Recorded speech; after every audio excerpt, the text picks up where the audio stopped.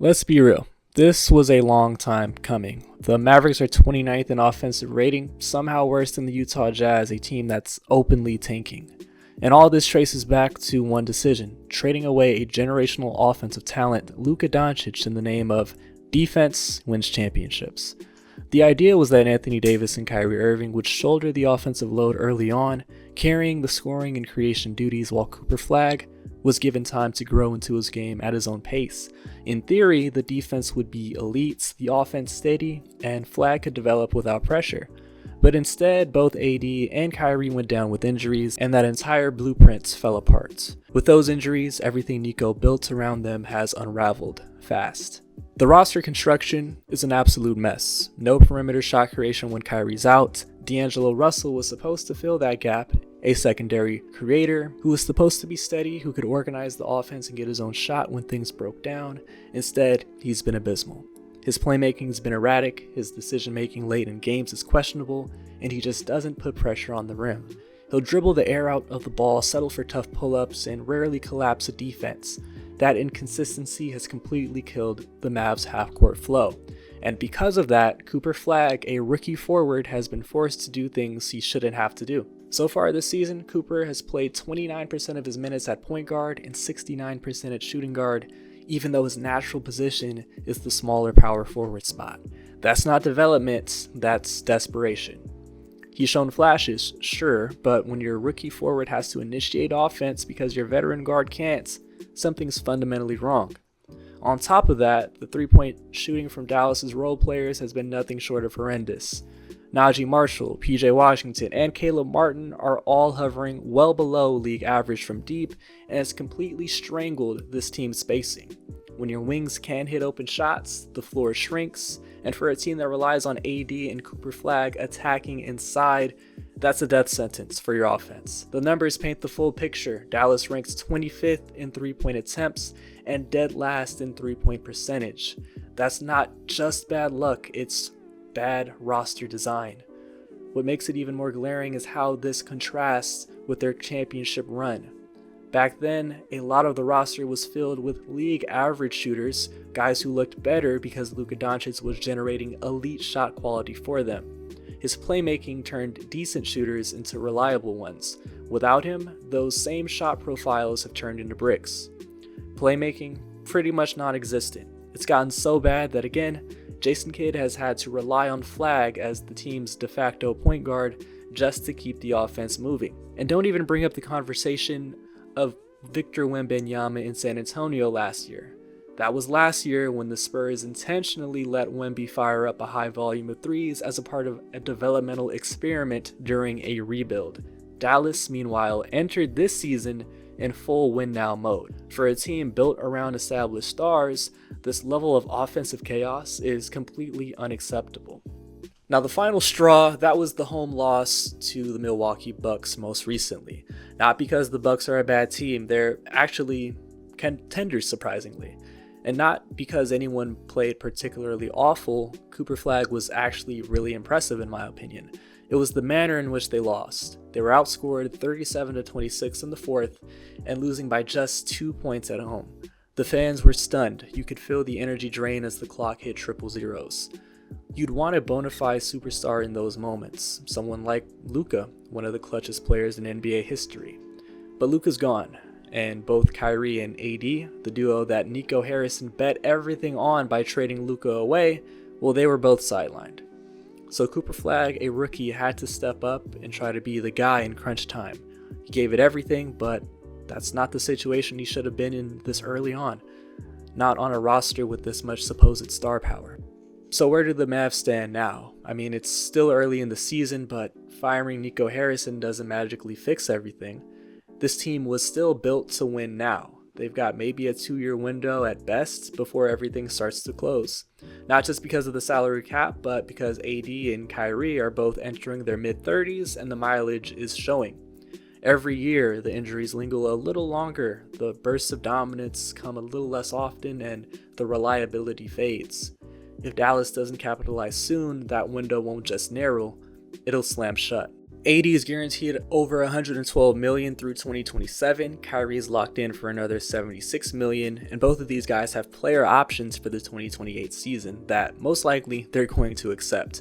PJ Washington just got a 5-year extension, and the Mavs can't even trade a first-round pick until the 2030s because of all the swaps tied up in the Kyrie and PJ Washington deals. Then there's Klay Thompson, who's owed $17 million a year for the next 2 seasons, and he's just shooting 26% from 3. At this point, it might be fair to ask, the only person who can save his jump shot right now could be Megan Thee Stallion, or maybe she's the reason his shot went missing in the first place. Now let's turn to the head coaching situation. I put Jason Kidd in the spotlight. Now he has not been perfect, but a lot of what's happening, to be honest, it really isn't on him. Still, there is one thing I would like to criticize, it's how he's handled Jaden Hardy. Now, Jaden Hardy was the Mavericks' first round pick, I believe, 3 years ago, and he showed some real offensive upside early on in his career in limited time. Especially with Luka being gone and Kyrie being out, this should have been his time to turn into an actual piece for them. I think Kidd should have shown more confidence in him, given him more opportunity after Kyrie's injury last season, because in an alternate timeline, that extra trust might have turned Hardy into a somewhat reliable 14 points per game spark plug off the bench this season. Instead, he's barely seen on the floor, his confidence is shot, and Dallas desperately needs this kind of scoring punch he could have provided in that alternate timeline, but we have to deal with reality.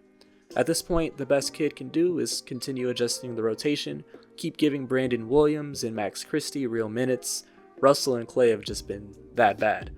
Looking at the numbers, only 5.5% of D'Lo's shot attempts are at the rim compared to 33.8% for Brandon Williams. Williams converts 66.7% of his looks from 3 feet and in, while D'Lo sits at just 50%.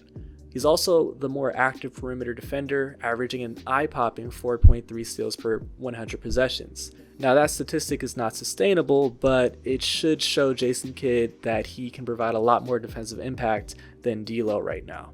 Now, I'm not saying Brandon Williams is perfect. He still turns the ball over quite a bit, but at the very least, he brings energy, pressure, and athleticism, all aspects that this team badly needs. And Brandon's defensive disruptiveness combined with his greater quickness can actually change how Dallas plays. Williams' ability to force turnovers and push the pace lets the Mavs get out in transition more often, which opens the floor for Cooper Flagg to thrive. Flagg's already shown flashes as a full-court playmaker and a dynamic finisher in transition, and when Dallas is running, the offense suddenly looks fluid. They get easier looks, more rhythm, and don't have to rely nearly as much on their shoddy half-court sets. And then there's Max Christie. He's arguably been Dallas's most consistent player so far, shooting 45.3% from 3 on 7 attempts per game, compared to Klay Thompson's 26.7% on 11 attempts. Christie's been this team's best shooter, a way better defender than Klay, and most importantly, he's still developing. His growth should be a priority for this coaching staff and front office moving forward. Here's a crazy stat to wrap it up. The 3-man lineup of Cooper Flagg, Max Christie, and Brandon Williams has a plus 15.3 net rating.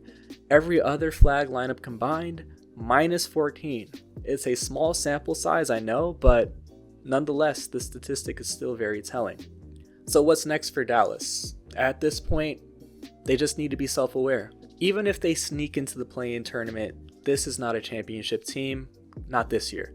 Kyrie's out for the entire season, AD's health is a constant question mark, and this roster just doesn't fit.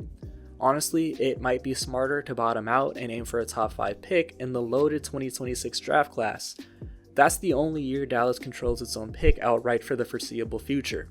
They need to focus on development, keep empowering Cooper Flagg as the face of the franchise, prioritize Max Christie's growth. He looks like a real long-term piece that can be with this team for a long time, especially while Cooper Flagg is developing.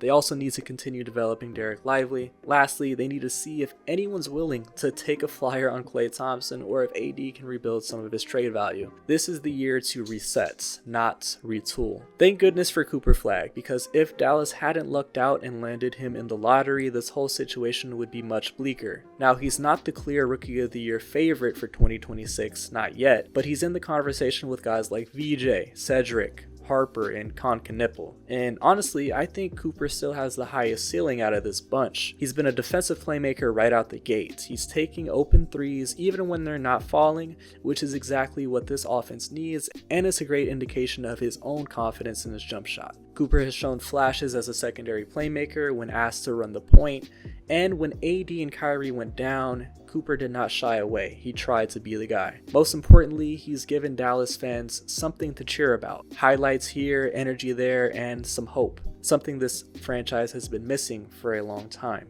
Now, whoever replaces Nico Harrison as the next Mavericks general manager isn't walking into a glamorous situation. The roster's bloated, the flexibility is gone, and the window for a championship in the short term, in my opinion, has already closed. But if they're smart, they'll stop chasing false hope. They'll embrace the rebuild, prioritize Cooper Flagg, and build something that actually makes sense long term. Because right now, Dallas doesn't need a savior, they need patience and a plan.